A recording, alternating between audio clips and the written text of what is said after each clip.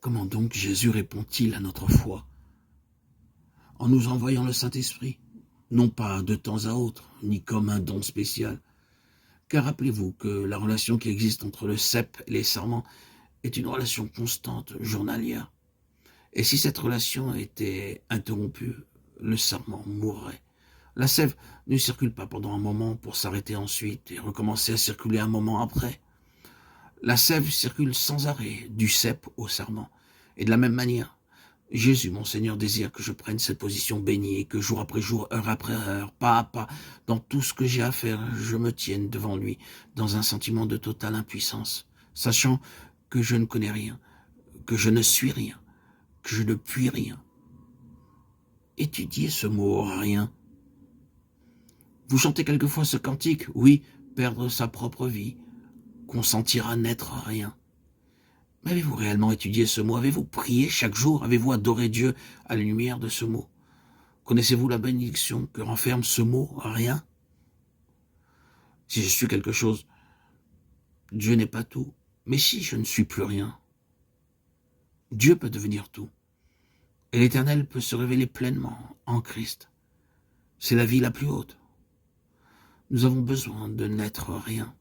Quelqu'un a dit que les chérubins et les séraphins sont des flammes de feu, justement parce qu'ils ne sont rien, ce qui permet à Dieu de mettre en eux sa plénitude, sa gloire et sa splendeur. Ils ne sont rien, et Dieu est tout en eux et autour d'eux. Si réellement vous n'êtes plus rien, si vous êtes impuissant, pauvre et humble, alors Christ pourra agir pleinement en vous. Ici se trouve la première leçon que vous devez apprendre. Apprenez à n'être rien, apprenez à être impuissant. Celui qui possède quelque chose n'est pas absolument dépendant, mais celui qui n'a rien est complètement dépendant. Dépendre absolument de la puissance de Dieu. C'est le secret de la puissance dans le travail pour Dieu. Le sarment ne possède rien par lui-même. Il n'a que ce qui lui vient du cep. De même, vous et moi, nous ne possédons rien excepté ce que Jésus nous donne. Je suis le cep et vous êtes les sarments. Celui qui demeure en moi et en qui je demeure porte beaucoup de fruits, car sans moi, vous ne pouvez rien faire. Jean 15, 5. En second lieu, la vie du sarment est une vie de profond repos.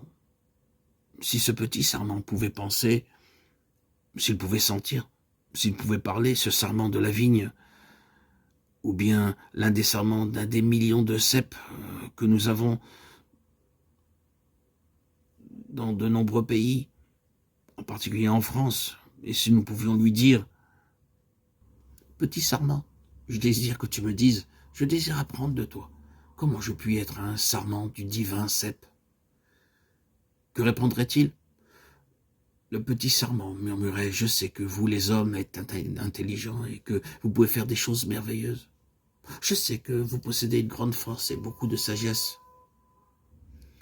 Cependant, j'ai une leçon à vous apprendre.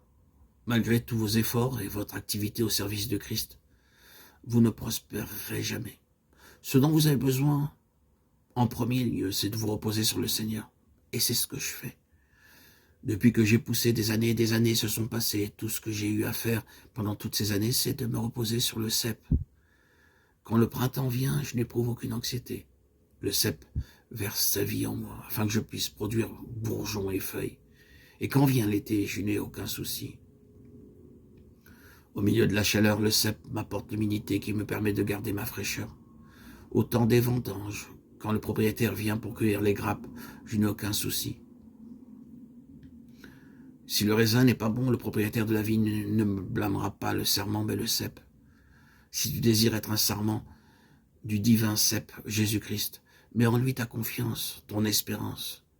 C'est lui qui porte toute la responsabilité.